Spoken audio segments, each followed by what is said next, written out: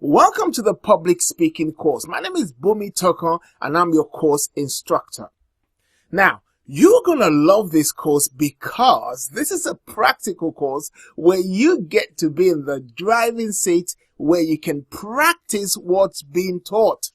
You will learn exceptional useful skills because I believe that public speaking is a very valuable skill that I'm hoping will actually help you to increase your reach, increase your income, increase your potential as you practice the principles laid down in the course. I'm really looking forward to helping you become a great public speaker. So I'll see you on the inside.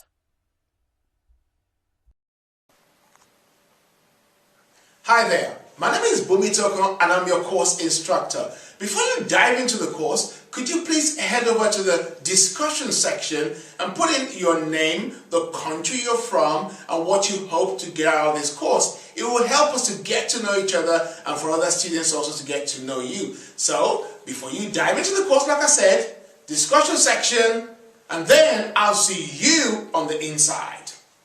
Let's have an introduction to the course. What's going to be in the course? How is it structured so that we can better prepare for what's ahead?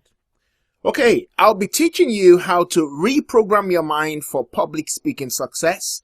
I'll also show you the techniques that you can use to overcome stage fright and shyness and nervousness and all that kind of stuff that tends to put us off public speaking.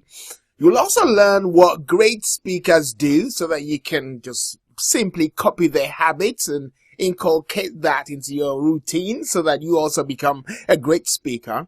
Then we'll learn how to captivate your audience, choosing the right topics for you that would enable you to become much more passionate and enthusiastic. And then you'll understand how to prepare for your speech. Now, the course is structured around this. Okay, what you have is the section introduction, followed by an exercise to do, then the lectures and concluding remarks. But I want to say something before we go on. Please make sure you practice what is taught because that is the key to your improvement and development. There's no point just hearing all the lectures and saying, oh, well, that sounds good, or wow, that's great, oh, whoa, interesting, and then not practice it. So you got to practice so that you can develop and grow into a great speaker. All right? So see you on the inside. In this lecture, I want to talk about mastering public speaking. Mastering public speaking. Let's read this. It says, our fear of standing up in front of a group and talking is so great that we fear it more than death. In surveys, at least. This is from Psychology Today in 2012. What's happened over the years is that we needed to have mastered public speaking, not public speaking avoidance. People have now mastered public speaking avoidance instead of public speaking. So, let me give you a little bit of background about myself and I'll tell you about my own story. When I was at school, I used to get called out of the assembly line because of things I did wrong or things I did badly.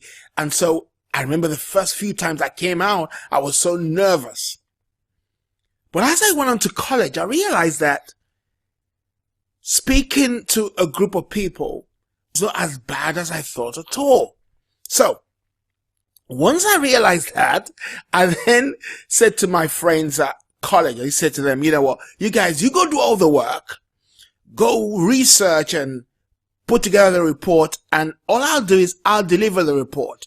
I'll present it. Because I realized that all my friends, whenever we had coursework that involved public speaking or presentation, we used to call it in those days, they used to try and lobby the lecturer to remove the presentation element from the coursework. And I couldn't really understand that, but I didn't realize that the reason why they were doing that is because they hated public speaking. Now, I used to tell them, you go do all the work, give me the report, I'll present. And that's how I got away with doing any kind of research or doing major work. But what happened was, looking back at it, we both lost. I mastered research and administration avoidance. They mastered public speaking avoidance. And as such, they never improved in their public speaking. And I had to learn research and administration later on in my life. So really, we both lost out. Avoidance is never the key. You know, I remember this. If you call someone to come and speak, people who have mastered the art of public speaking avoidance, they'll beg you, they'll cry, they'll scream, they'll run out of the room. They'll do anything because most people master public speaking avoidance. Why? I think the reason is we all forget one thing. Public speaking is a skill. If you're going to take something away from this lecture today, understand this. Public speaking is a skill. Any skill can be learnt. Public speaking can be learnt. So what I'm going to do, what I'm going to help you to do is not to avoid public speaking. I'm going to bring you to the place where you become confident in public speaking, because public speaking can be fun. See you in the next lecture. In this lecture, I want to talk about how to boost your value by 50%. Why you need to boost your value by 50%. And I want us to look at this particular quote from Warren Buffett. He says, Warren Buffett once told a class of business students that he will pay anyone in the room $100,000 for 10% of their future earnings. And if, now listen to this, this is really crucial now. He says, if they were good communicators, he would raise his bid by 50% because public speaking will make his investment more valuable. This is Warren Buffett, 2014. He should know. He's a billionaire. Okay. So he knows. He's employed people. He's done business at the highest level. So he understands what he's talking about. You need to learn how to speak better. You need to learn how to be a good public speaker. So why do you need this skill? Let's talk about this first. Public speaking is a skill. Honestly, you can say that to yourself again and again. Public speaking is a skill. And because it's a skill, it can be learned. Public speaking is like driving. It's a skill like driving. So think about the first time you go into a car. Okay. You go into the car, you were thinking about so many things. You were thinking about the mirrors, you were thinking about the gears, you were thinking about the wipers, you were thinking about the indicators, you were thinking about the horn, you were thinking about all kinds of stuff. And your mind was just all over the place. It took you ages to get from A to B because you were thinking about it. But after a while that you learned how to drive, you don't even think about it anymore. My wife had to do a driving test a few times before she passed. But now she gets into the car, she doesn't even think about it. She just drives. Why? Because public speaking, like driving, is a skill. And when you do that, just like you can visit people and, impact people's lives when you drive, because you can give people lifts, you can visit, you can do all kinds of stuff in the car, you can learn in the car, you can do all manner of stuff. Driving is a good thing to have. Just like public speaking is a good skill to have. It creates the opportunity to impact other people. You can impact one-to-one, but by public speaking, you can impact people one-to-many. Who wants to get to the end of their life to meet their maker, and then they discover that they could have impacted 1,000 people, but because of public speaking avoidance, they were only able to impact 10 when they could have impacted 1,000. Who wants to get to the end of their life and think like that? Oh no.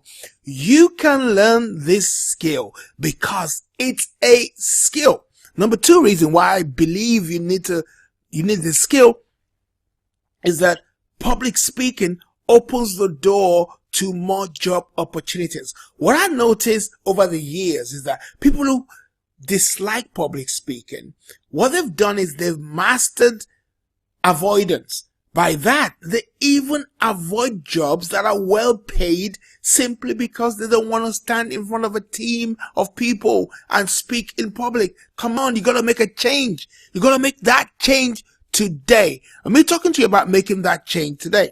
Now, finally, a third reason why you need to learn to speak more confidently is about it creates the opportunity to increase your income.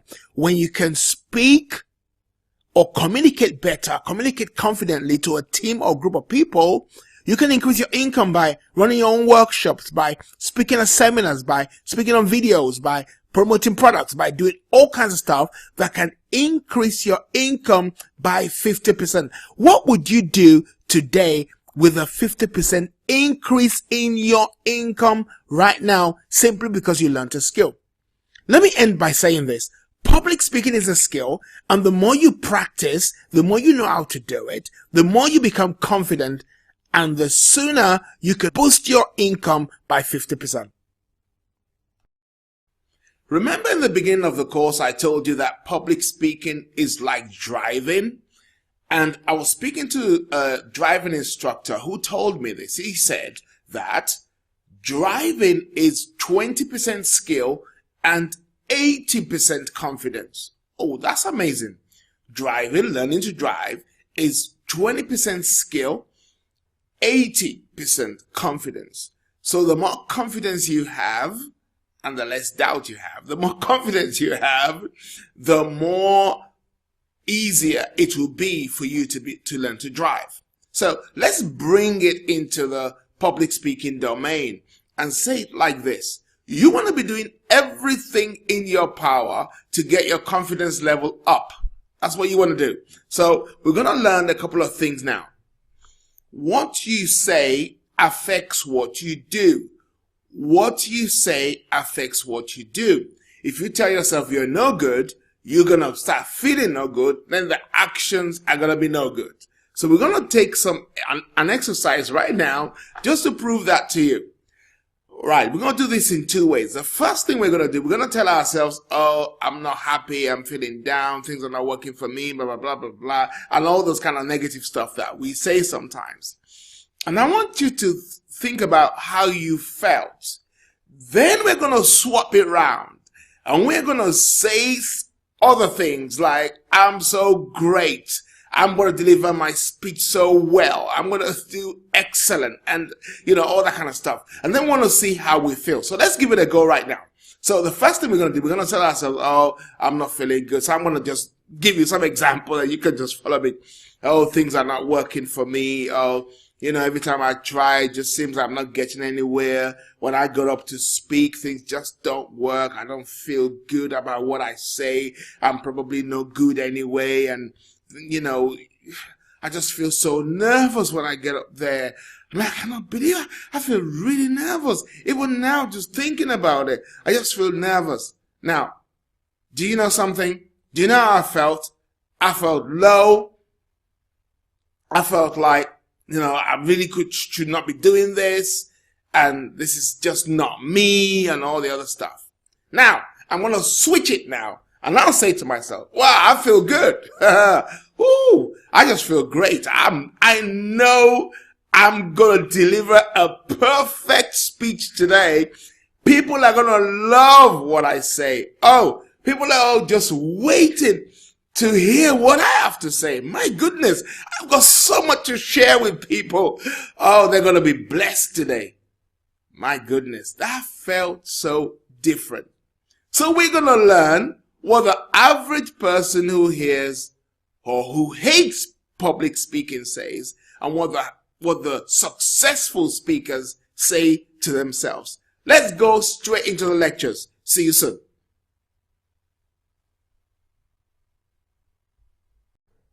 In this lecture, we're going to begin to look at the psychology of public speaking. And in this particular part, we want to focus on the internal dialogue that goes on in the mind of somebody who hates public speaking, or somebody on the average who doesn't like public speaking. What kind of dialogue goes on in their mind? let me say this. The reality of the matter is that you cannot really avoid public speaking, whether you go to a friend's party or you just want to do a toast or somewhere at work, you're going to give a speech. Really, the higher up you go, the more you will have to have some form of public speaking anyway. So let's deal with this kind of words or sentences you make to yourself if you're the kind of person that doesn't like public speaking, or somebody who thinks they're not good enough to do public speaking. This is what goes on in their mind. Let me tell you some of them. Number one is they think, oh, I need to get it over and done with.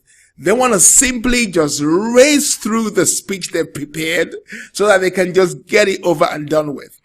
That's a common mistake, because in reality, what actually happens is that you're not delivering a great speech simply because you want to rush through it. And when you rush through your speech, you lose the audience. So what you and I want to do is to take our time to actually deliver the speech instead of trying to rush through it, because we've told ourselves, I want to get it over and done with. And remember that, people can come up to speak, and before maybe they have like 10 minutes to do a speech or something. And within 2 minutes, they're done because they just rush right through it. So we really don't want to do that. We want to take our time. Talk deliberately. Slow down. You might speed up sometime, but slow down more of the time so that you can deliver a speech at the moment or for the moment. Another kind of dialogue that goes on in the mind of somebody who hates public speaking is this: I know it, I'm going to make a mistake. I know it, I'm going to make a mistake. Well, you know what? Everybody makes mistakes. No matter how good you are, there are times when you make mistakes when you're giving a speech. Nobody will know it unless you allow the mistake to stop you. So this idea of having to cram a course, or having to memorize a course, or having to memorize your speech, by the way, is not the best way. What you need to do is know your material. When you know your material, it's easy for you to stray off your material. And to you, that might be a mistake, but to your audience, they don't even know you're making a mistake. So it's only when you allow the mistakes you make to actually stop you from delivering your speech, that's when your audience get to know about it. So really, making mistakes is not the issue. Making mistakes is not the issue. There's one more internal dialogue that I want to look at here, which is this. It says, I can't remember anything. Many times when people start giving a speech, they tend to think to themselves, oh my goodness, I'm not going to remember anything. Which is like they feel that once they go up there, they visualize themselves going on stage and just drawing a blank. It really doesn't happen like that. And if it does happen like that, it's because you allowed the fear to paralyze you. It doesn't need to be that way. Honestly, it doesn't need to be that way. One of the ways to get around this is to just carry a cue card that has just a 5x3 card that has the key points you're going to talk about. Just put that on the podium or something and just do your talk. Make sure you know your talk before you start giving one. All right? That's the way to get over that. So there's nothing like you won't remember anything. You will remember if you don't let the fear paralyze you. So those three kind of internal dialogue can actually stop you from giving great speeches. I'll see you in the next lecture. Welcome back. We're going to carry on with the psychology of public speaking, and we're still going to look at some more internal dialogue that goes on in the mind of the average person that hates public speaking. So what kind of dialogue goes on in their mind? Well, here's another one that says, people will know that I'm not funny anyway. You know what? Okay, it's true that it's good to inject humor into your speech to inject some jokes into your speech. It makes people feel more relaxed, and it makes your audience kind of be able to connect more with you because you make them laugh, and so they're relaxed enough to kind of think about what you're saying, and they enjoy it, they're entertained and all that. Okay, that's true. However, it is better to deliver good content than be making jokes.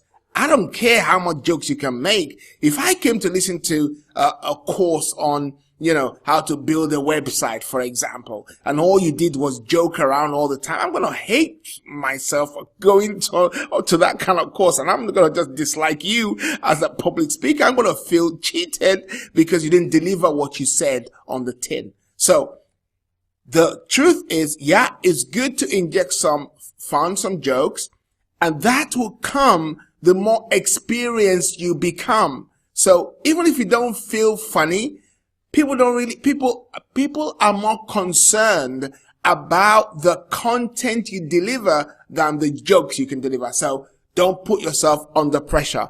So stop saying to yourself, I'm not funny anyway. All right. Some people will say, I lack confidence. The truth of the matter is this. Most people, when they go up to speak, always feel some butterflies in their stomach. No matter how good, this is my opinion, I actually think no matter how good you are, the moment you're called to come up and give a speech, I think for nearly everyone, you still feel a little bit of butterfly in your stomach. You still feel a little bit nervous. But what the professional public speakers have come to learn is that they can control that butterfly, and they don't let themselves think because they get a little bit nervous. Therefore, they lack confidence. No, that's not true. And you don't lack confidence simply because you feel a little bit nervous either. Come on, it's natural. It's normal to feel a little bit nervous. But stop telling yourself that you lack confidence, because that's not true. Because if you lack confidence, you won't be taking any action. But because you're going to take an action, that means that you're trying to work against and overcome your mindset that says you have, that says you lack confidence. So the way to deal with this is that feel the fear and do it anyway. As Susan Jeffers says, feel the fear and do it. Even if you feel you lack confidence, just go up and still speak. Okay. That's the way you gain confidence, and you overcome the fear that you may feel of not having any confidence.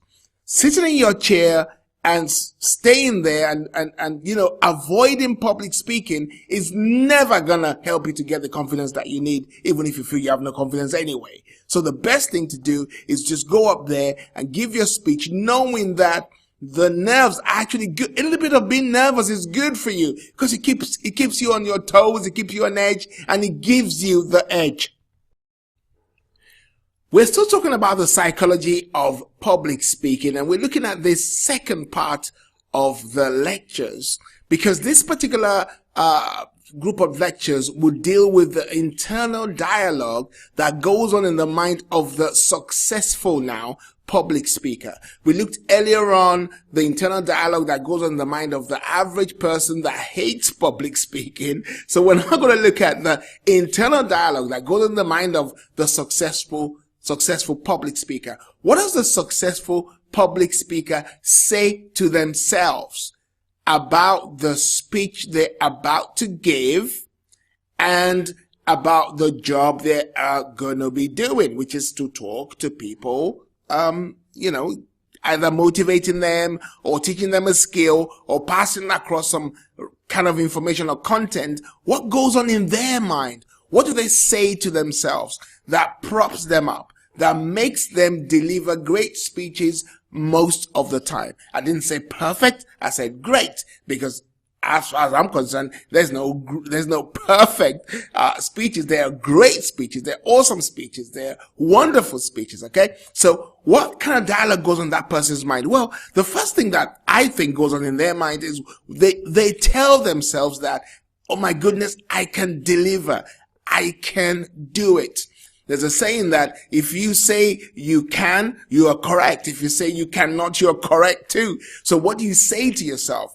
They say, I can deliver. I know I can deliver. You know why they can say that? Because that person focuses on their particular abilities that's going to help them to deliver a great speech. That's all they do. Okay? They're going to be looking at the good part of what they are able to do, as opposed to the negative part, as opposed to the things they don't know. They're going to be focusing on what they know, and that's going to help them to tell themselves continually that I know I can deliver a great speech today. Here's the next point. Somebody who is a successful public speaker, they say to themselves, I have prepared well. And knowing that they prepared well, they remind themselves that they've prepared well.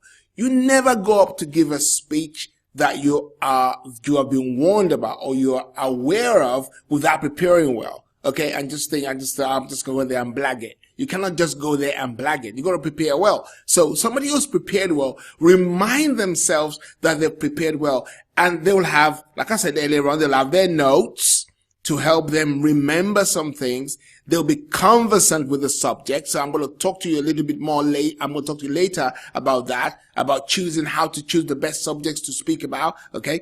And they'll be conversant with what they've learned. So they'll start feeling that sense of confidence and remind themselves that they have prepared well. All right. The third thing that goes on in the mind of the successful public speaker is this. I'm focused on helping the audience. I'm focused on helping the audience. You know what? If you're focused on helping people, suddenly the limelight shifts from you to them. And now you're not thinking about yourself. You are less self-conscious when you're thinking about how you're going to help someone else. All right. So the successful speaker is thinking about how they can best help the audience as opposed to how they're feeling and what they're going through and the things they've not learned and all the other stuff that maybe the average public speaker that hates public speaking will say to themselves. So they're very much aware, very much acquainted with the audience as well. Okay, because if you're going to go give a speech to an audience, it's better for you to be acquainted with the audience you're going to speak to so that you can really resonate with them. All right. So the successful public speaker is really engrossed, is the right word to use, with helping other people. And as such, they take the focus away from themselves and they can say, you know what? I'm so focused on helping people. I just want to help people today. All I want to do is when I get up there to speak, I want to make sure that people are going to be blessed. They're going to learn. They're going to be able to do well in their business or in their careers or whatever you're speaking about. And so I'm focused on that. As you do that, come on, guess what happens? You're not thinking about yourself. You're thinking about helping other people. And when you do that, you have a better chance of delivering great speeches. Welcome back. We're talking about the psychology of public speaking, and we're focusing right now on the internal dialogue that goes on in the mind of the successful public speaker. What do they say to themselves? What are they constantly thinking about and talking about within themselves? One of the things they say is this: I have something to give. A good speaker backs up his worth and improves his self-confidence by believing in the value and the importance of his message or speech. He believes that he can make a difference and that the audience need him. Oh my goodness. This is so powerful, so strong, so evident in the way that successful public speakers, either male or female, give speeches. They believe that they have something to give. They believe they have something to offer. On the contrary, somebody who hates public speaking says to themselves, I have nothing to give. I have nothing to offer. Who's going to listen to me? And all that kind of negative stuff. But the successful public speaker reminds themselves that they have something to give. In fact, they actually make the audience vote along with them to say, yeah, it's true, you do have something to give. So really, when we're thinking about giving a speech, You got to say to yourself, I've got something to offer. Think about this. Who will call you to give a speech if they do not think you have something to say? So even if you're not going to vote in your own confidence, vote in the confidence of the person who called you to give a speech. They must know that you are capable. That's why you're called. So let's remember that as we give our speeches. Right. Again, the person feels, he or she feels, I will be well received. You know what? This goes hand in hand with self-confidence. A successful speaker believes in himself and that he will be well received by his audience. This belief is manifested in holding eye contact with the listeners, having good points, and managing to stick to them throughout the speech. The person exerts confidence, speaks clearly and coherently. He or she is practically a magnet because they believe they're going to be well received. Do you know that the average person that hates public speaking thinks that the audience hate them? They really think that the audience are their enemies. That's not true. The audience loves you. The audience wants you to do well. You know, I remember when I was at school, I used to do presentations at school. And all my friends who hated presentation used to say to us, that, oh, look how she's looking at me. Look how he's looking at me. He really doesn't think I'm that good, did he? He doesn't think I'm that good. But the reality of the matter is they're not looking at you to fail. They're even sitting down there being nervous because they're going to make their own speech in the moment as they're nervous for themselves. They don't have no time to be thinking about you failing. They're actually thinking about what they are going to be doing in the moment. So really, the audience love you. The audience want you to do well. The audience are backing you. Honestly, just believe that you'll be well received. All right. Finally, on this point, what goes on in the mind of the successful public speaker? They really feel they're going to be honest. They're going to do well. They're not there to tell fibs or to mislead their audience. No, they're there to be open to the audience. They have integrity. So they're thinking about their integrity. They're thinking about how they can help the audience, as I said earlier. So they're open to help people. And so therefore their life is open and they're there to be a good support. So they're thinking, about being honest, walking in integrity and thinking about how they're going to help people to be successful in whatever they're speaking about. So really, the communication that goes on in the mind of a successful public speaker is what's helping them to actually become very successful. So we've got to adapt those to our own lives so that we can do better and increase in what we're doing. This is a quick reminder about discussions and review. So if you have any suggestions on how the course can be improved, please inbox me and I'll fix it quickly. And feel free to post any useful information you think may be of benefit to other students. The second thing I want to remind you about is, if you've gained any value from the course, kindly post a review as soon as possible so that we can spread the word about the course together. And finally, if you have any personal questions, remember that I'm here to help you. So just inbox me and I'll answer it as soon as possible. I'm always online, so just send me an inbox and I'll get back to you very quickly. All right, see you soon. The very first time a learner gets into a car, they feel frightened, overwhelmed with all the stuff they need to learn and know and still be able to stay on the road. They just feel so frightened and fearful. Now, it's the same as public speaking. The very first few times you go on to stage to speak, of course you're frightened. Of course you're fearful. Then guess what most people do? They give up. Instead of getting over it, they just stop taking action. So what we want to learn to do over the next few lectures, we want to learn about taking action. So to help you to do that, I want to give you an exercise to pursue this week. For the next 7 days, talk to at least 2 people a day. Go up to some strange person on the road and and ask them for direction or where to find something or where to buy something. Just talk to two people you don't know. As you do that, you break out of your comfort zone, develop what it takes to stand confidently and speak, and before you know it, you're going to become one of the great public speakers. See you in the lectures. When you go to give any kind of presentation, you have an asset, and that asset is your body. So I'm going to show you how to use your body in the 7 simple techniques section of this particular course. So let's get right into it.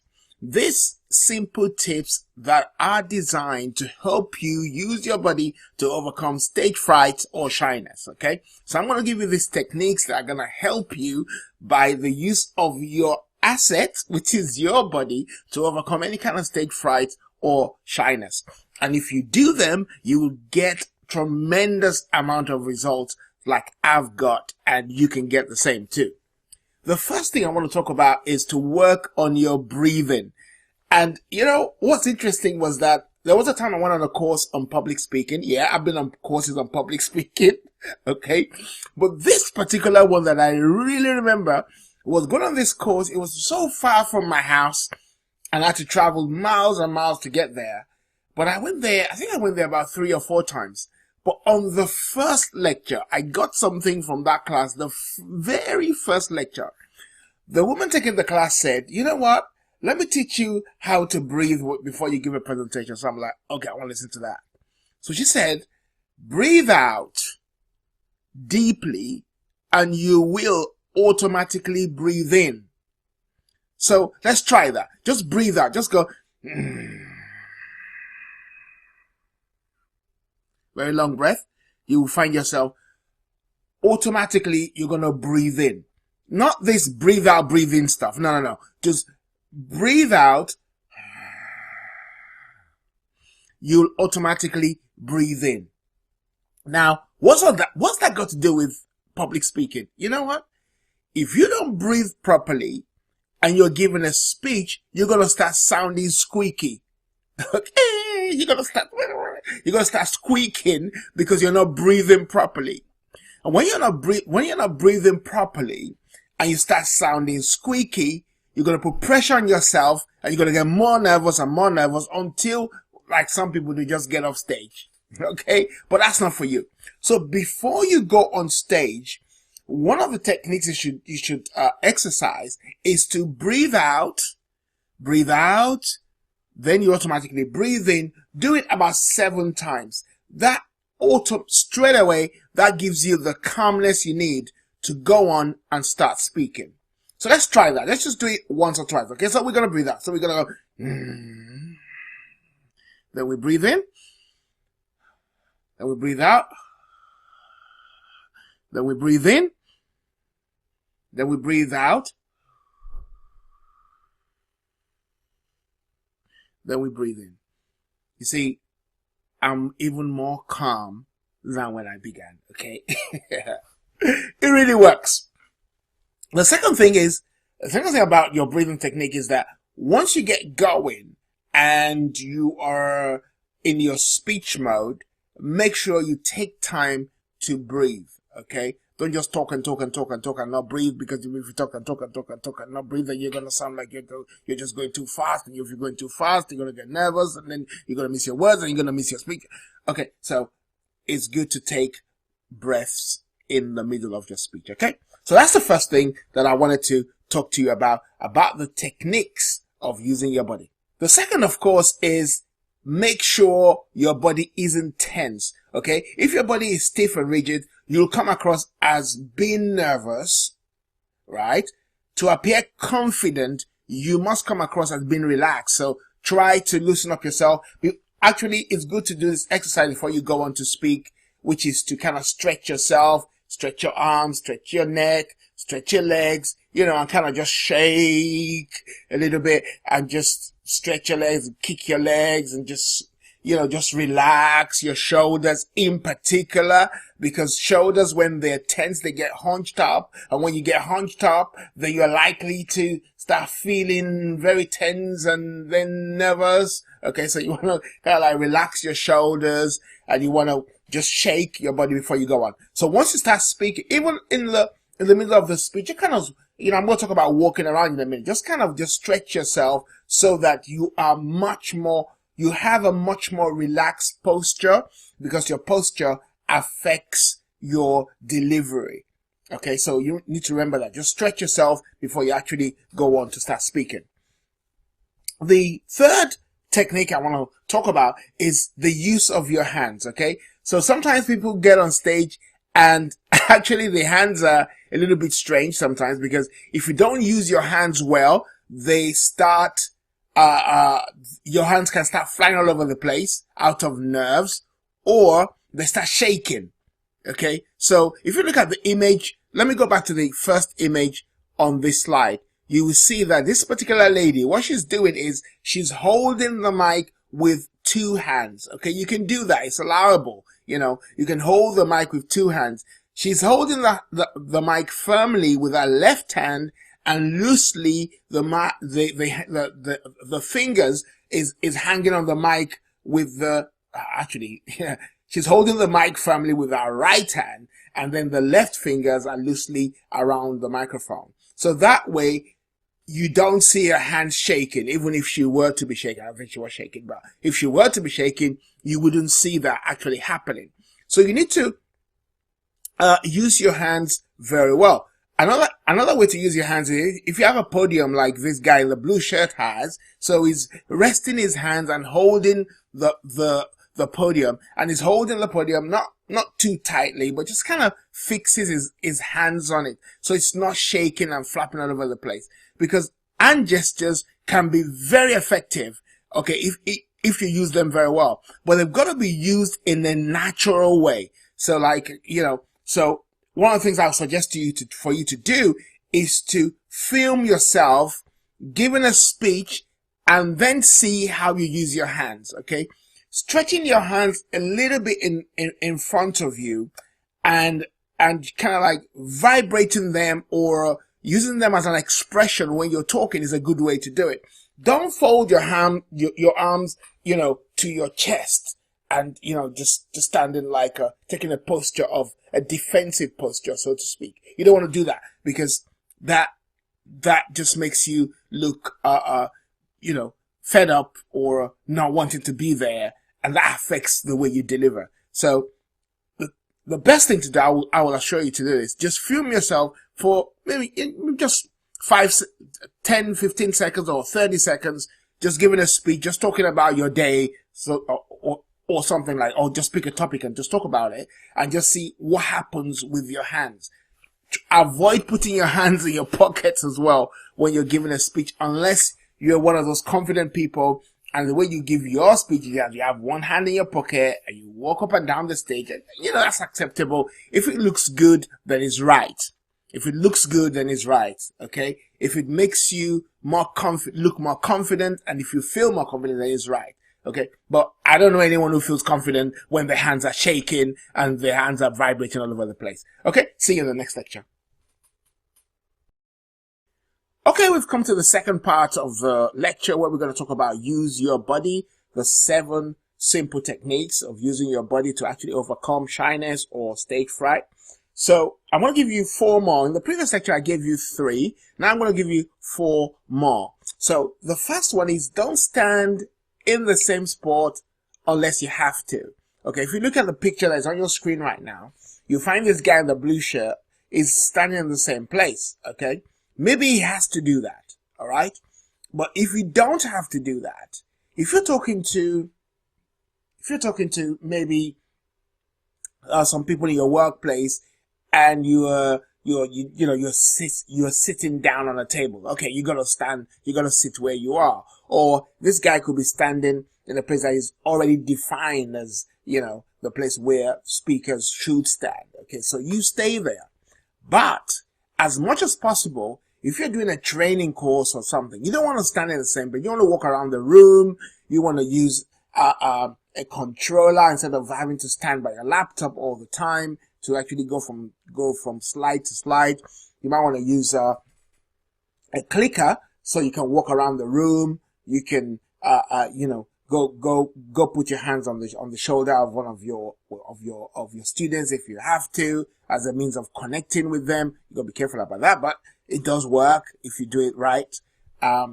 So just kind of like, just make sure you use the space that is available to you rather than stand in one place. It gives you that freedom. And once you start expressing freedom in your movement, then you start expressing freedom in your language and in your communication as well. So it's a good thing to do.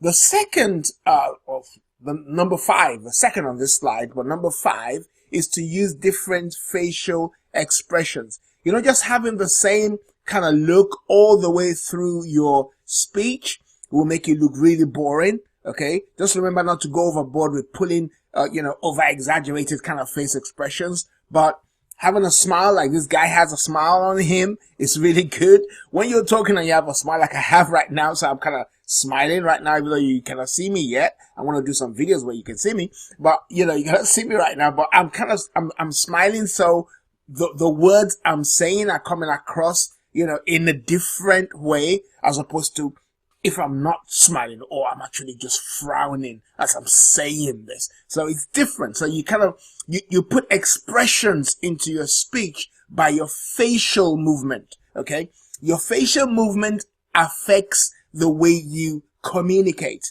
So it's always good to laugh, to smile, to wink, in your speech so that you connect with people on a different level.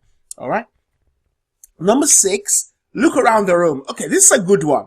There's always this huge debate amongst people who give speeches about whether to look at one person or to be able to look at the person at the back of the room as though you were actually looking at them, even though you are not, because you're looking over their head. Okay, I've used all of them. All right, sometimes you can, if you have a huge room and you have I don't know, 400 people or 400 seater place or 200 seat or even a 100 seater place or a 100 seater room, and you're talking to people and the people at the back. One of the techniques that I've used is I'll look just over their heads, just above their heads. I would concentrate my gaze just above their head. And because I'm standing in the front and I'm looking just above the head of the person at the back, that person automatically feels as though I'm actually looking at them, but I'm not actually looking at them. And, if you feel you don't want to look somebody in the eye directly, you can use that. But nowadays, if I want to look at you, I just look at you. Okay. But I tend to ensure that I look at every section of the room or every section of the hall. When you're speaking, try and look at every section. So you might focus on the right section, the front section, the left section. So you are looking at so it's kind of like it feels like you're giving everybody your attention.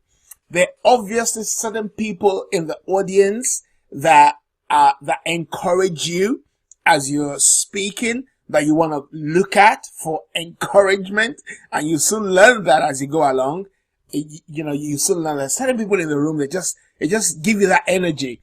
So you might look at them from time to time to kind of get your energy up if you need to. But strictly speaking, you must look at every single person in the room, and people want you to look at them. The way you are the speaker. You are the authority. You are the one that knows the subject. You are the one they're paid to come and listen to. You are the ones that can help them. So they're looking for you to give them a gaze. So give them a gaze. Just have a look at them and smile. Look at them and smile. Look at them and smile with them. And that helps you to connect with the group you're talking to, with the audience you're talking to. And of course, once you connect with the audience, then the audience will get what you're saying, and they'll probably just respond better than if you were not. Okay. Number 7, be mindful of your posture. It may sound like a cliche, but to appear confident, it's important to stand up straight and look at your audience, okay? You gotta stand up straight. You're gonna have not a hunched back posture, like it's low. I don't know what's wrong with me. No. Don't slouch. If you have a tendency to slouch, just make sure you practice your posture in front of the mirror so that you're always standing very straight. You're standing straight, and your posture is one of confidence. All right. You might want to look at yourself in the mirror when you are just give a speech in front of the mirror and see what you do with your posture. And you can kind of adjust yourself, as it were, or film it. Get somebody to film you. That's the kind of things I used to do. I still do. I still ask people to critique my speeches and to just give me some tips, because that's just the way you learn. You look at yourself in the mirror, record yourself, and with being mindful of your posture, you really got to record yourself to see how your posture affects the way that you speak. Okay? It might take a bit of practice if you're the one that is used to slouching and hunching your back. So you might have to practice a little bit more, but you will discover that as you use your posture properly, it will automatically affect your delivery. See you in the next lecture. In this particular lecture, we gave you tremendous amount of help to kind of get over shyness and stage fright in our using your body as the 7 techniques to overcome shyness or stage fright. We talked about the use of your hands, talked about using your voice, we talked about so many other things that you can practice. So here's my point.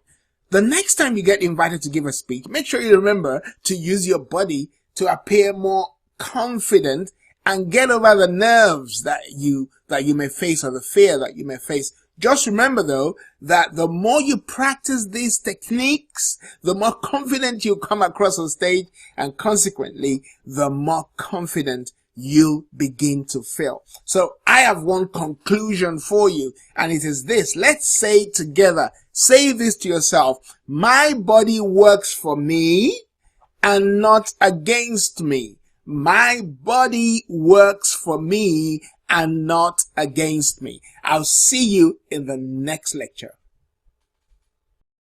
This is a quick reminder about discussions and review. So if you have any suggestions on how the course can be improved, please inbox me and I'll fix it quickly. And feel free to post any useful information you think may be of benefit to other students. The second thing I want to remind you about is, if you've gained any value from the course, kindly post a review as soon as possible so that we can spread the word about the course together. And finally, if you have any personal questions, remember that I'm here to help you. So just inbox me and I'll answer it as soon as possible. I'm always online, so just send me an inbox and I'll get back to you very quickly. All right, see you soon. In the next few lectures, we want to look at what great speakers do. What exactly do great speakers when they're nervous? What do they do? How they gesture? What do they do when they speak? How do they prepare? We want to learn so much from them. We want to see what great speakers do. So now that's what we want to talk about in the next lecture. So the whole idea of this is to emulate what others do successfully. So whatever we find that great speakers do very well, we want to copy that and inculcate that into the patterns or our own habits as well. So the whole idea of this is to think and act out your desire. Think and act out your desire. So perhaps you should do an exercise of thinking, maybe you're on your way to work. Kind of think about what you want your day to be like and then follow it up with the required action. Let's see how you get on. Before you know it, you're going to become a great public speaker. So let's go straight to the lectures and I'll see you there. I've spoken to a few people that I consider to be great speakers. And from what they've said, I've kind of come up with the 6 things great speakers do. The 6 things great speakers do. Remember that in the beginning of this particular course, I told you something. It's not the amount of information you have that's going to make you successful. It's the amount of information you have that you then go on to practice with that's going to make you a great speaker. Okay. So, let's please consider hearing this stuff, embracing them, and then go ahead and put it into practice. You've got to put it into practice. Public speaking is never about just reading books. It's never about just listening to good lectures, good videos like mine, okay? It's never just about that. It's about practicing what's been said, okay? You're gonna gain value from the practice of what you do, not so much from listening only. So I'm gonna give you these 6 things that great speakers all do. So it says public speaking exercises that will change you into a great speaker forever, hopefully. Okay? Right. Number 1 is practice speaking in front of the mirror, in front of your mirror. And we talked about this earlier on in one of our lectures. We talked about practice in front of the mirror. One of the things that will alarm you when you begin to practice in front of the mirror or film yourself is you're going to discover the kind of things you do when you're nervous.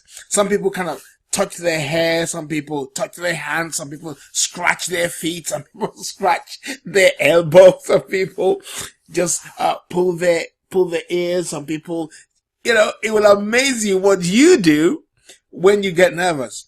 And by seeing yourself do those things, great speakers, what they do is they film themselves, they practice in front of the mirror, they get people to critique them, and through all that, they adjust their mannerisms. So what you want to do is adjust your mannerisms so that you begin to appear much more confident as opposed to much more nervous. So all great speakers, before they go on to speak, they practice their speech in front of the mirror, and you and I have got to do that. The second thing great speakers do is they practice what I call impromptu speeches. By that I mean that if you just get a friend to write down, ask a friend, a family member to write down random topics on little bits of paper and just choose one and just give a speech on that subject for about 5 minutes. That helps you to think on your feet.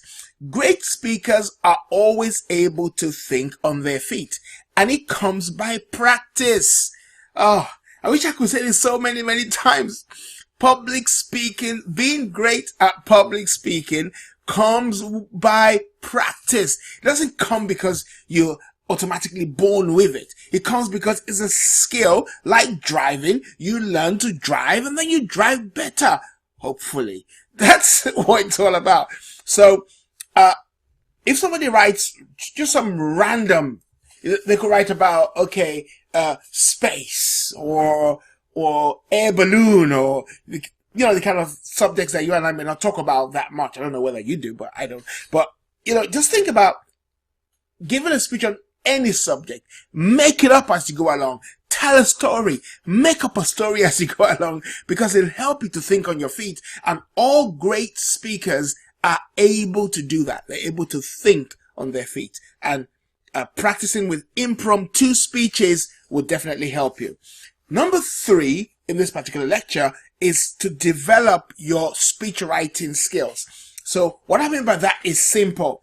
Every speech you give should have 3 parts to it. Number 1 is the introduction, all right? Then the content or the concept you want to pass across, and then finally your conclusion. So you should have a beginning, a middle, and an end to whatever speech you give, whether it's on a topic or it's on a lecture or whatever it is. It's got to have a beginning, middle, and end to it.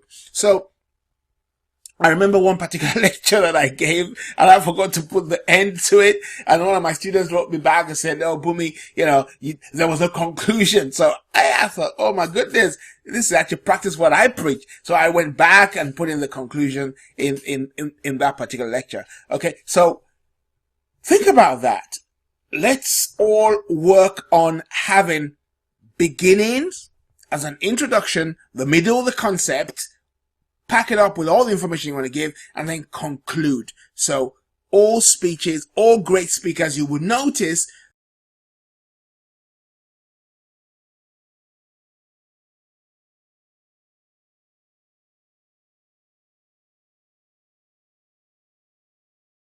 Welcome back. In this lecture, I'm going to talk about the 6 things that great speakers do, part 2. So let's go straight into it.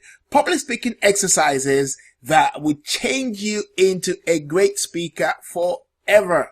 We're giving you 3 in the previous lecture, and I'm going to give you another 3. Count how many times you use a filler word. A filler word. Filler word is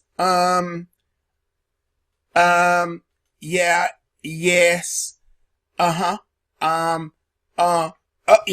those kind of little words we put in because either we're nervous or we don't know what to say next, or it's just the way that we speak. And too many of them can be bad. One of the things that I do is I say, okay, and I've got to watch that. So you've got to watch your filler words. One of the ways to find out whether you use filler words is to record yourself on an audio and then listen back to what you say. You will discover that you use filler words, and filler words can be too many if you're not careful, and they just make you not to look as good as you probably could look or sound as a great speaker. So you want to watch those and make sure you use less filler words so that you would deliver greater and greater speeches in your lifetime. Okay, it's important to cut them down. I don't think there's anyone that doesn't use filler words. I think they're great speakers who use less filler words. So what you and I want to do is to use less filler words as opposed to try to eliminate them completely. All right. Number five thing that great speakers do is they've learned to pick a good pace. Now, I've written down here, I said, practice speaking slower, because what happens when people go up to give a speech, the natural tendency is to speak so fast that they finish their speech, a 5-minute speech in 1 minute, or a 5-minute speech in 2 minutes, or an hour's long speech in 20 minutes, because they just rattle on so they can go sit down. But you need to practice speaking slower. Actually, you should use a combination of both, of speaking fast and then also speaking slow, because that gives a variation to your speech. And then that makes your speech very much more interesting to listen to. You don't want to be monotonous, just being on this kind of level always. You just keep on speaking like this. This is boring and will put people to sleep. So what you want to do is to vary the way that you communicate. That makes your content lots more interesting to listen to. You go on to listen to some lectures, and you find out, just in the first 5 minutes, you're kind of drained and you're falling asleep, maybe because the lecturer is monotonous. They've not practiced good public speaking techniques. When you practice good public speaking techniques and you become like these great speakers, you can vary your pace so that you keep people alive and tuned to you. And then finally, talking about what great speakers do. Oh, I love this one. Great speakers challenge themselves to give speeches without using cue cards. Great speakers challenge themselves to give speeches without using any kind of cards to enable them to remember things. So they just challenge themselves. So if you and I begin to do that more and more, we'll find out that we move from the realm of just being an okay speaker to becoming a great speaker. And that's what we all want to do. We want to get to the place where we're sounding so great, like the Les Browns, like the Brian Tracys of this world, who are great speakers, like Zig Ziglar and, all those kind of guys who are really great. We want to be like that. That's what we're going to. So you can get there. I can get there. We can all get there together as long as we keep on practicing. So I'll see you in the next lecture. We've talked quite a bit on the 6 things great speakers do. The 6 things that great speakers do. So my thought in my mind, my thought is this. What are you waiting for? If you're interested in improving your skills as a public speaker, start practicing now. Don't wait till tomorrow. Start now. Record yourself now. Do impromptu speeches now. Talk in front of the mirror now. Talk with our cue cards now. Record yourself and listen back to what you say now, so that you can become the confident, charismatic speaker that you aspire to be. Now, I want to give you a concluding remark, and it is this: rather than spend your time worrying, spend your time practicing. That's the action point for this particular lecture. Spend your time practicing. Stop worrying. And as you spend your time practicing, you get better and better and better. I'll see you in the next lectures. If you've ever taken a driving test, you must know this. On the day of your driving test, there's only one person to captivate, and that's the examiner. If you fail to captivate him or her, you are going to fail. Period. It's the same thing when it comes to public speaking. You're going to learn to captivate your audience. If you fail to captivate your audience, then you're in big trouble. So I'm going to teach you the tricks of the trade, some of the things you can do to help you to learn how to captivate your audience. But before I do that, I want you to go out and do an exercise for me. I want you to give your full attention when you're speaking to people. Find 3 people over the next 3 days and give your full attention to them when they're speaking to you, and then respond. You will discover, because you've given them your full attention, when you respond to what they're saying to you, you would have learned how to captivate that person, because they're going to be so intrigued about what you want to say because you've listened to them. That's just something that can last you a lifetime, actually. That's a skill that can last you a lifetime. So I'm going to see you in the lectures where I'm going to show you the tricks of the trade and how you can learn to captivate an audience. See you on the inside. In this particular lecture, we're going to talk about 8 ways to captivate an audience. 8 ways to captivate an audience. But I will say up front now that surprisingly, entertaining audiences doesn't require unnatural levels of charisma or natural talent. You don't need, unnatural levels of talent or perhaps, huge amounts of charisma to do it. If you just practice certain techniques and tips, you just be as good as one of the great speakers who you might term to be very charismatic. So let's look at how we're going to do this. To master the art of public speaking, you'll need to learn how to captivate your audience. It is essentially important that you captivate your audience. So what can you do? Number one thing to do is to connect with your audience. Now, what amateur speakers tend to do, or the biggest mistake they make, is to focus and stare at their notes and focus on the wall, or not look at the audience and stuff like that. But you really don't want to do that. You want to practice the art of being able to look at people at all directions. And of course, when we talk about connecting with the audience, you've got to know your audience before you actually start delivering a speech. Because if you're delivering a speech to, let's say, fishermen, you're going to at least go find out something about fishing that you can use as an icebreaker, or at least say as part of the speech, that's going to help them to know that you've actually done some research and you're connecting with them. So it's hugely important that you connect with your audience by focusing your attention on them through looking at them, through eye contact, and also through some of the communication material you use. It needs to ensure that you're connecting with the audience that you're speaking to. The second area is about using humor. Now, I don't want to take this too far to the left or to the right either, but using humor can be a very good way to connect with your audience, because if you're able to make your audience laugh within the first few minutes of your speech, then you'll have no trouble just keeping their attention. In fact, why do you think comedians are so successful? Because the good ones, they're successful because people want to laugh, and when they laugh, they relax.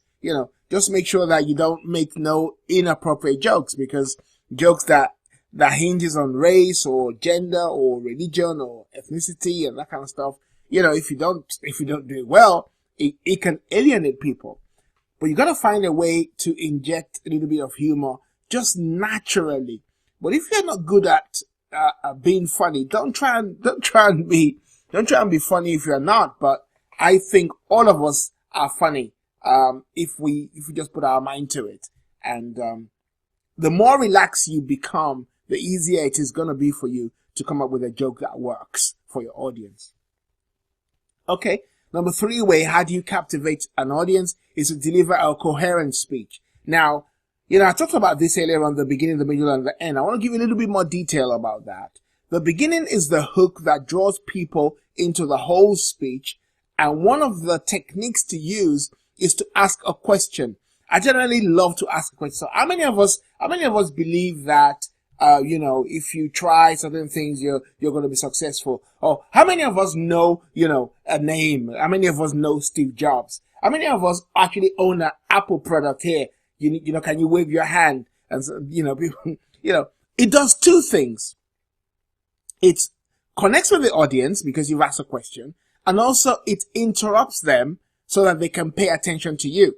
So you using a coherent speech and using a question in the beginning of your coherent speech is a very good way to demand attention from your audience. So that's a very good way. Asking a question is a good way. Telling the story is a good way.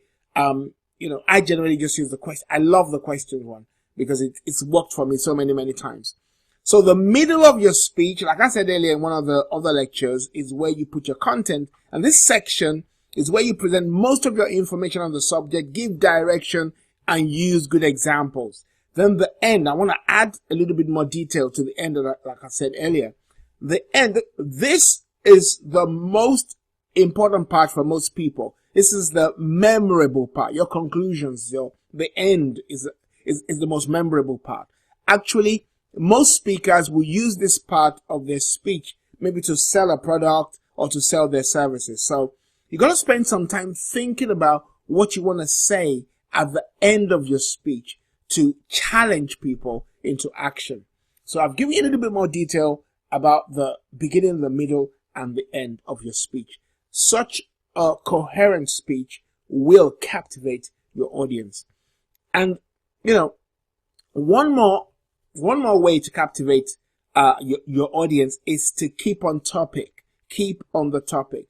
It's not unusual for speakers to kind of wander off topic and then if they're not careful, they lose the audience. So to make sure you stay on topic, you might want to put aside some time to kind of craft your speech or work on your speech and pay attention to the information and the key points you want to pass across to your audience. That will kind of keep you in line and keep your audience captivated. All right, I'll see you in the next lecture. Welcome to the part 2 of the 8 ways to captivate an audience. 8 ways to captivate an audience. And in the previous lecture, we gave you quite a bit of information that can help you, or techniques that will help you to captivate your audience. Now I'm going to give you 4 more tips and techniques that will help you to captivate your audience. To master the art of public speaking, you need to learn how to captivate your audience. Okay, so let's go straight into it. Number 5 is to project your voice. Now, no one is going to pay attention to someone who cannot be heard. All right. So if you're in a large room, make sure you have a microphone to use to amplify your voice. And if you don't have a microphone to amplify your voice, you just gotta make sure that you project your voice so that people can hear you at the back. You know, the more you practice, the more you're gonna be able to project your voice. If you speak very softly, it's not about the texture of your voice. It's about the volume of your voice. So you need to work on giving more volume to your voice. Actually, if you can give volume when you want it, then you can raise your voice when you have to. And if you're a parent, we all do that very well because we know how to raise our voice when our children are doing something. We just want to stop them from doing it. Hey, stop that! You know, we can raise our voice. Nearly every single person can raise their voice to the next level. It's just about practice and confidence. All right. So it's extremely important for you to project your voice. People need to be able to hear you for them to be captivated by what you're saying. Number 6 is to use visual aids, good visual aids. There's a course on Udemy on PowerPoint, and I thought was really, really good. I think it's 8 tips on PowerPoint or something, which I had access to. And he kind of said that you must always use font type, maybe Tahoma or Verdana, and then, you know, it should be 32 font size should be 32. So that kind of gives you a good picture of what a good PowerPoint should look like. So don't shy away from using props or slides on PowerPoint, particularly if you're giving business presentations. It's always good to have things like graphs and statistics to illustrate your point a little bit more. So that helps you. Pictures always help to captivate an audience, so use them as much as you can. Number 7 is dress for success. It's a commonly known fact that most people make the initial judgment based on your appearance. So if you want to come across as a professional speaker, it's important to dress smartly. If you're not giving a business presentation, you might still consider dressing in such a way that presents you in a good light to people. So you gotta wear tidy iron clothes. We're gonna say this: wear tidy iron clothes. When you become like a really well-known speaker or film actor or that kind of stuff, maybe you can dress how you like. Maybe you can dress with tattoos on your face. I don't know, but if you're trying to get your way up there, and you gotta portray the right image, and people judge you by what they see. Remember that if you don't take yourself seriously, why should you expect your audience to take you seriously? I think that says it all, really. Finally, don't forget to enjoy yourself, or do enjoy yourself. You know, this point is really important. Do enjoy yourself.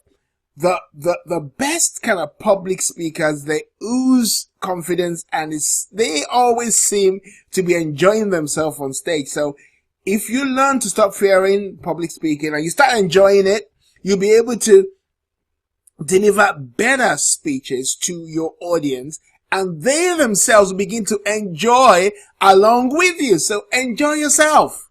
See you in the next lecture.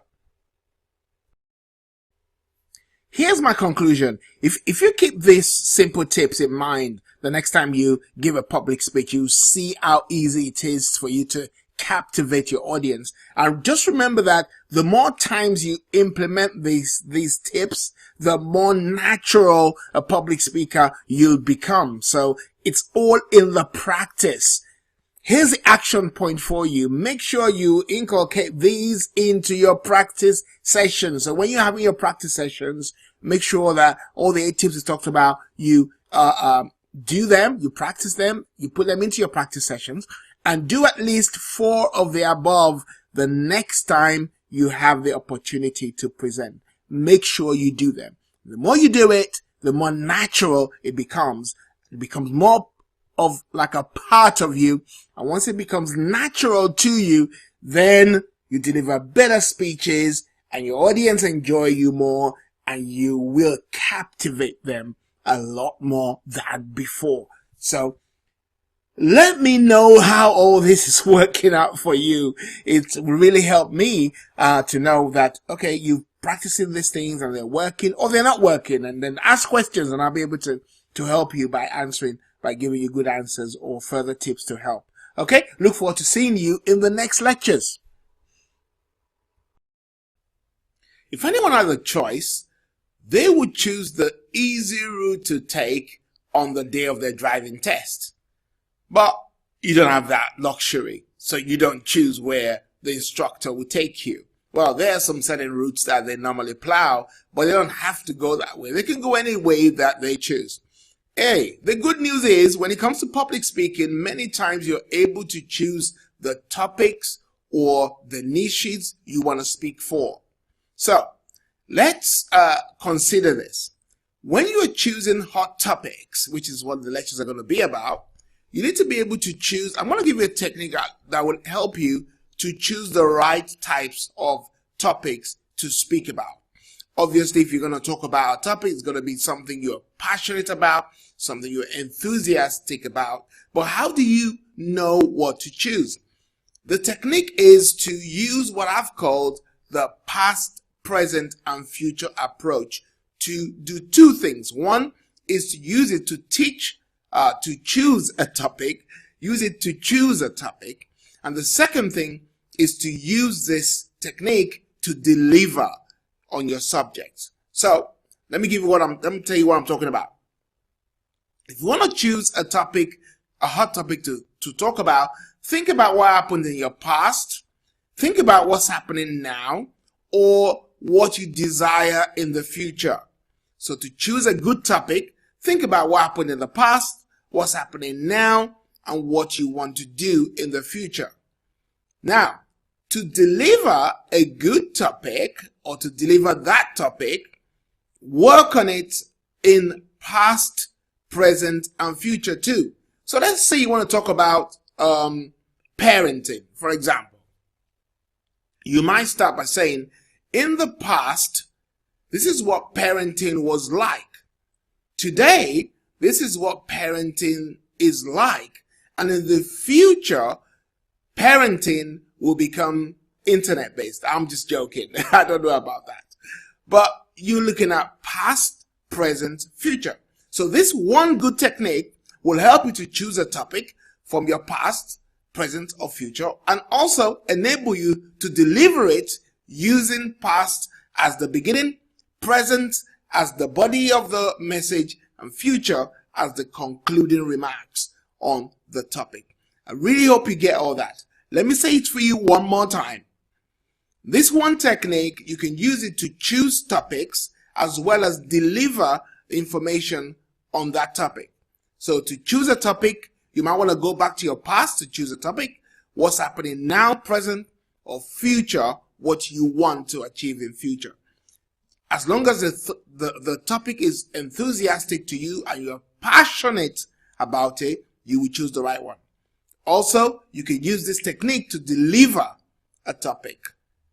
Past, present, and future. Past meaning what's happened in the past as a beginning or the introduction to the speech.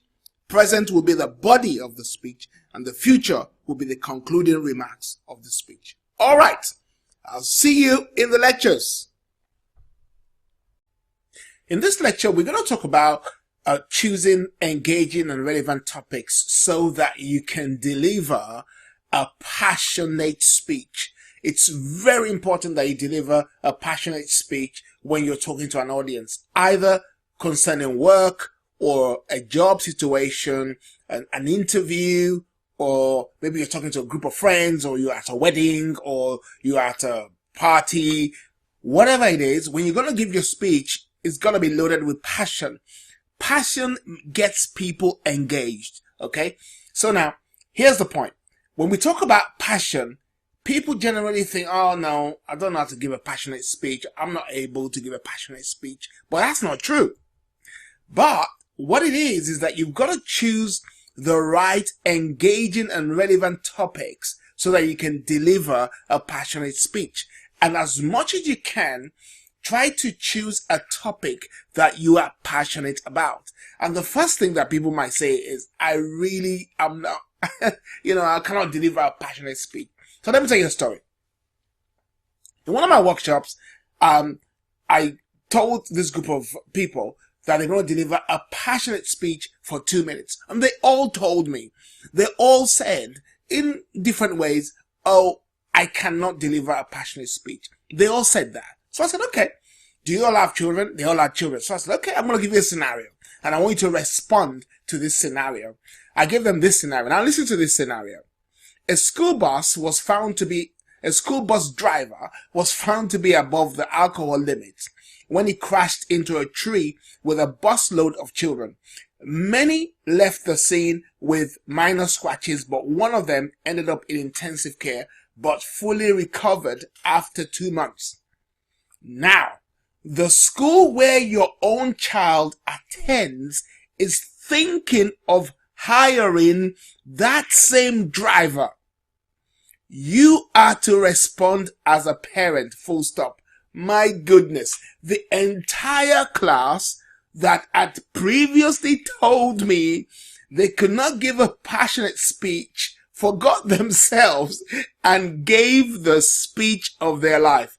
I'm telling you, those speeches that were given that day were loaded with passion, love, and commitment. My point is this. You can give a passionate speech. You just need the right topic. That's all it is. That's all it is. You can give a passionate speech. You just need the right topic. So we're talking about what are the engaging and relevant topics that you could choose from. The first one I want to talk about is you can choose from talking about your favorite hobby.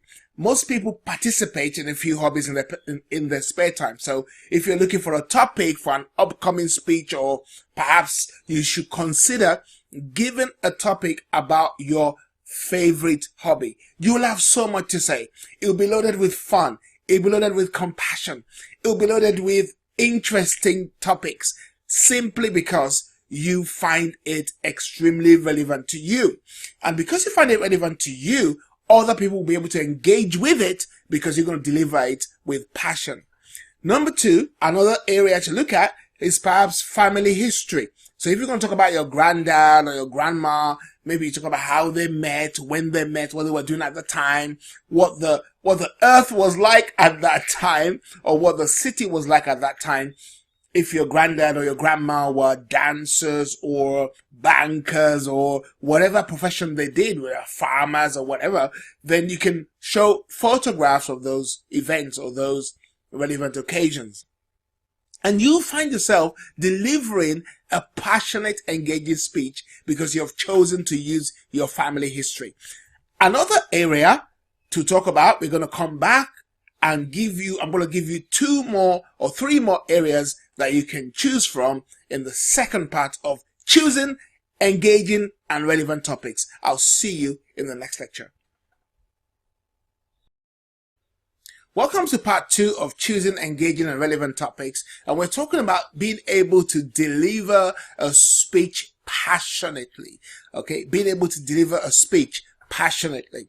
So we said the way to do that is you've got to choose engaging and relevant topics. First, not only to you, but also to the audience. But first, it's going to be to you. So you've got to choose a topic that you're passionate about.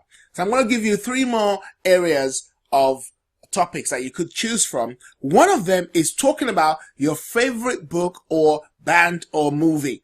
You know, when you're talking about your favorite book, band, or movie, it's a great idea because it will not require you to do loads of hours of research. Why? Because you already have the information, so much so it seems as though you are an expert on that topic. And a great stand you could take on it is to try to convince your audience that this favorite book of yours is worth reading, or this favorite movie of yours is worth watching. So if you're going to give a speech, try and choose something you already know very well that you're passionate about, like a book, like a band, or a movie. The number 4 area that you can choose relevant topics from is on current events. Maybe there's a huge disaster somewhere and you're a supporter of the Red Cross, or maybe you support a charity and one of your favorite charities is going to be involved in helping people. You can choose to talk about that.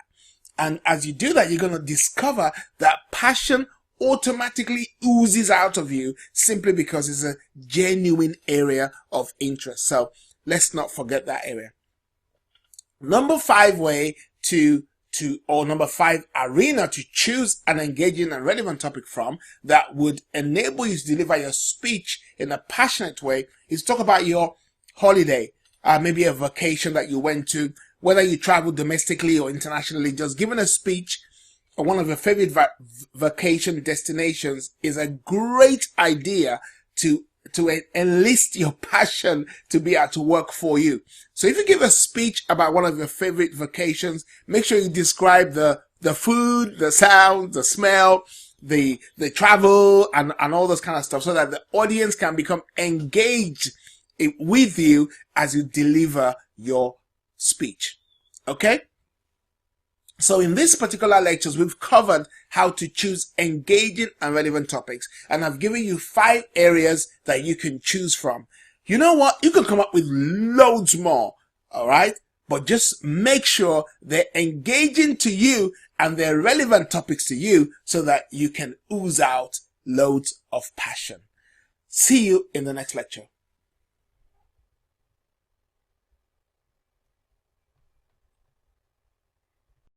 This is a quick reminder about discussions and review.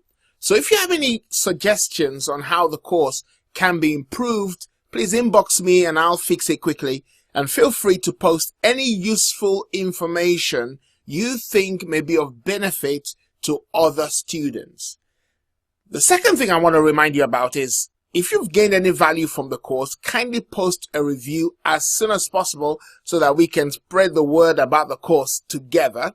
And finally, if you have any personal questions, remember that I'm here to help you. So just inbox me and I'll answer it as soon as possible. I'm always online, so just send me an inbox and I'll get back to you very quickly.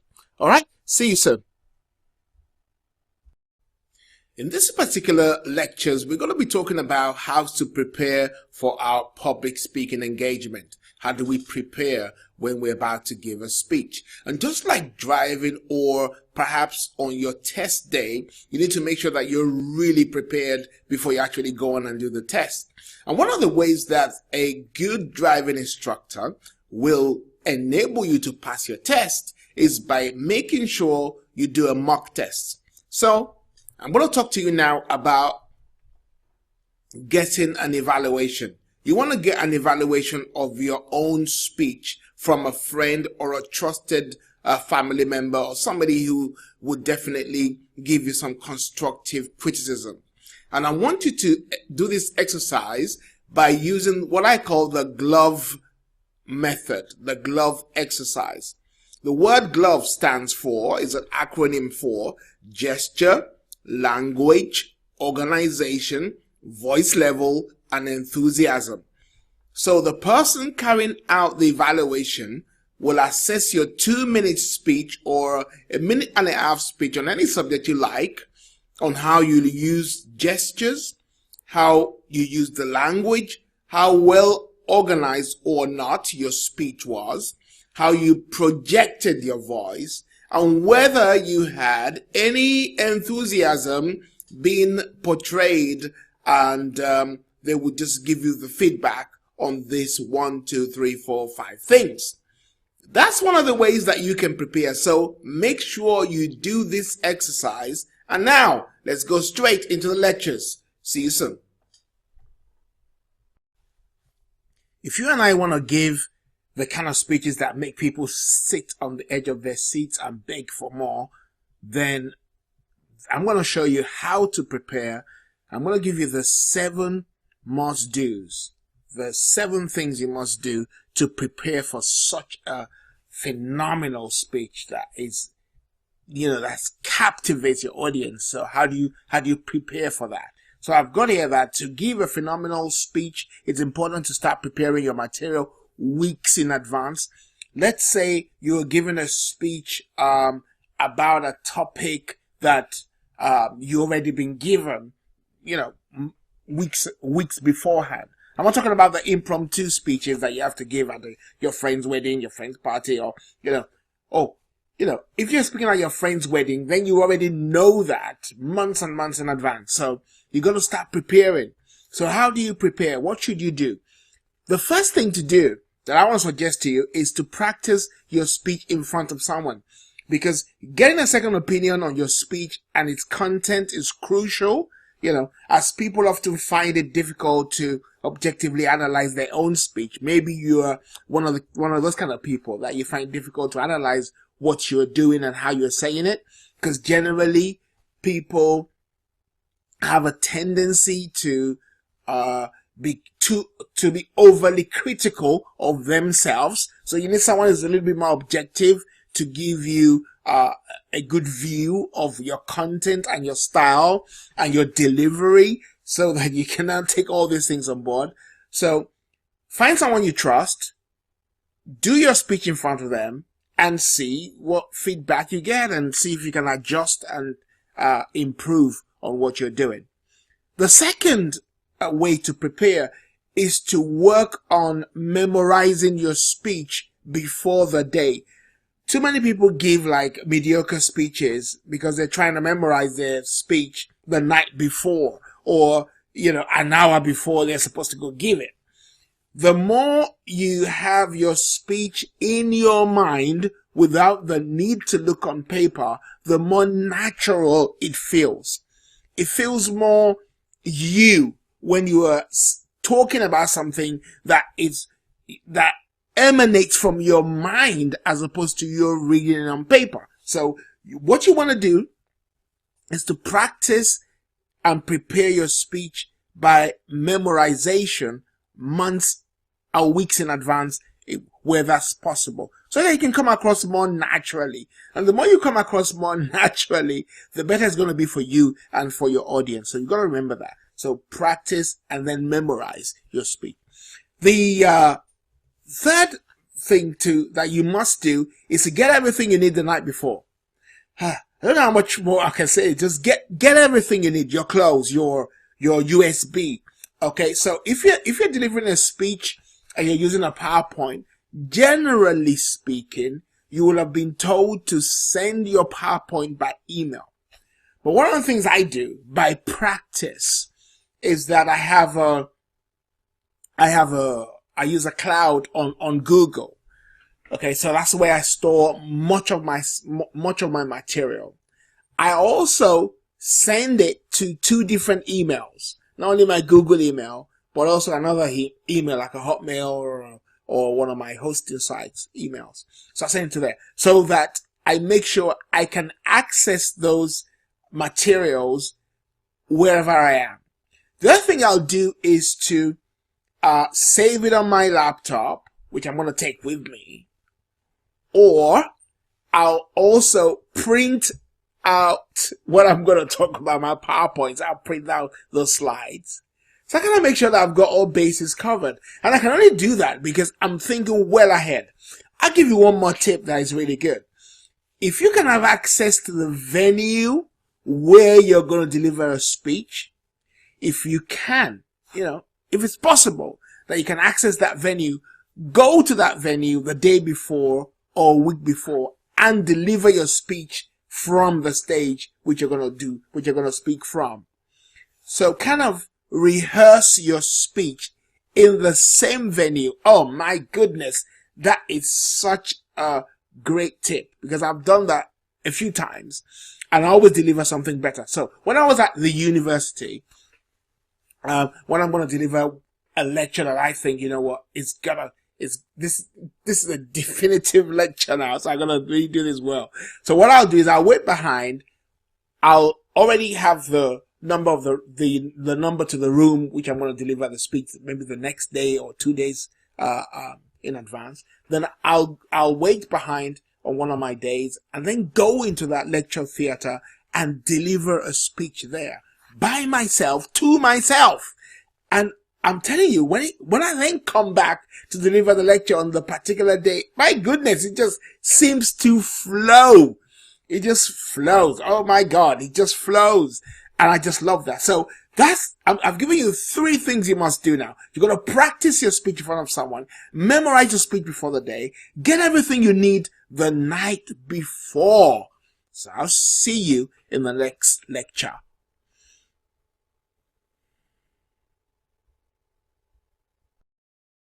Welcome back to How to Prepare, the 7 must-dos, 7 things you must do. I've given you 3 initially in part 1. I'm going to give you the other 4 now in this particular lecture. To give a phenomenal speech, it's important to start preparing your material weeks in advance, okay? So number 4 is be prepared for questions. If your audience are going to be given the opportunity to ask questions, then you need to be prepared to answer questions. So whilst you're in your preparation mode, start thinking about the kind of questions that people might ask. If you're an expert on your topic anyway, you kind of know the kind of questions that people ask you. So be prepared to answer those questions. Do not think that you may only be given the time to speak and then go sit down. Always prepare to answer questions is a good way to get yourself prepared. Okay, number 5, prepare a solid argument or point of view. Prepare a solid argument or point of view. Before you begin kind of writing your speech, it's important to clarify what position you are going to take if it's a kind of topic where you have to defend a particular position. As an example, if you plan to give a speech on maybe recycling, you could present the argument that households need to make an effort to recycle, or that recycling is overrated. Just depends on where you're going to sit. But whatever you choose to sit, be also prepared for the other side or the other point of view that you may need to argue against. So it's kind of very similar to the preparing for questions, but it's slightly different if you're given a speech that requires you to take a position, but then you will have to be able to defend that particular position. Number 6 is avoid being distracted. You've got to avoid being distracted, not only before your speech during the preparation time, but also actually within the hall, when you are in the place or the hall or the room where you're delivering. You know something? I've always found in nearly every time I've delivered a speech or I've given a lecture, there's always one person that is there to be a distraction. And you're going to know how to handle them. One is you try the polite method. I try that. Well, okay, let me talk about myself. I try the polite method of answering your question and then giving you time to talk. And then I'll move on to warning you to say, you know what, we got to give other people time to talk. They tend to be the ones that want to talk a lot. And you wonder, I'm the one here. I'm the one in front. You are not. If you're that great, why aren't you in front? But it's not to put them down, but they kind of just distract the class. You know what I'm talking about. They just distract the whole kind of lecture. So then I've got to now warn them that, you know what, if you feel that maybe class is not for you, maybe you've got to check out another class. And, but hey, put them in their place, avoid being distracted. It's very essential. Otherwise, you're going to get, you're just going to get into a one-to-one with the person instead of actually delivering your lecture to everyone. So it's about not being distracted both before you start, either by family or engagements, and also be prepared for not being distracted during the delivery period as well. Finally, stay within the time allocated. So as you're going through your practice, when you're in your practice mode, one of the things you want to do is to make sure that your speech fits well within the time frame. There's no point writing a brilliant 10-minute speech if you only allocated 5 minutes to speak, okay? People don't want you to go over time, maybe because they have other things planned. And you don't want to go over so that somebody feels, they're not going to invite you back next time because you went over time and, you really did not stick to what was pre-agreed.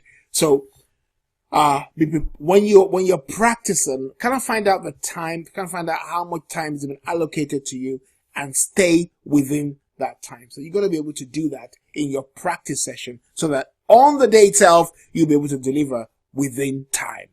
All right. See you soon. Let's draw some conclusions now at the end of this, how to prepare the 7 must-dos. So next time you're invited to give a speech, simply look back on this handy list and use it as a guide through to help you from the stage of beginning to write down your speech to the actual moment you get on stage to actually deliver the speech itself. So here's my conclusion for you. Be willing to practice the above diligently. Just be willing to practice those 7 things. You got to be able to prepare yourself, stay within time, not be distracted, present a good argument, prepare to answer questions. Make sure you get everything together the night before and practice your speech in front of someone. Let's remember to be willing to practice those and go practice it. And when you practice, let me know how you get on. Let me know whether it really works, because it's really worked for me and I'm sure it'll work for you too. See you in the next lectures. We've come to the end of the course. Well done. About a few months after writing the first draft of this course, I did a workshop just to try out the principles that I've just laid down for you in this particular course. So I had about 6 or 7 people that came on the course. I wanted a small group because I wanted to try it out. The course was based on teaching them some of these principles and then getting us to do a lot of practice, loads of exercises. Do you know what happened? After the course, those who came in feeling that, I don't want to talk, I don't want to really do public speaking, but I just know I have to, so that's why I'm here, kind of attitude, they all left feeling confident. As a matter of fact, 2 of them that I know of, one has now been on television, the second one is now the announcer in her church. You know what? I just know these principles work. I've used them, and I know that if you use them also, they're going to work for you. So what can I say? The biggest secret of this whole course, the biggest secret is the secret of practicing. When you practice, you're going to get great results. I've got here that as you practice, you get better and better. And the next time you give a speech, not only will your hearers be happy, you also will experience immense joy and satisfaction for overcoming one of the biggest fears known to man, the fear of public speaking. You got to do what Susan Jeffers says. Feel the fear and do it anyway. And as you continue to do that, you're going to find yourself improving, and sooner or later, you're going to find yourself ranked with the great, awesome speakers that you have come to admire. All right. I want to hear from you. So inbox me to my Udemy inbox or email me to bumi@startyourownbusinessacademy.com, and I look forward to hearing how you're progressing with all these tips that you've heard from me on this public speaking course. Look forward to hearing from you soon. God bless.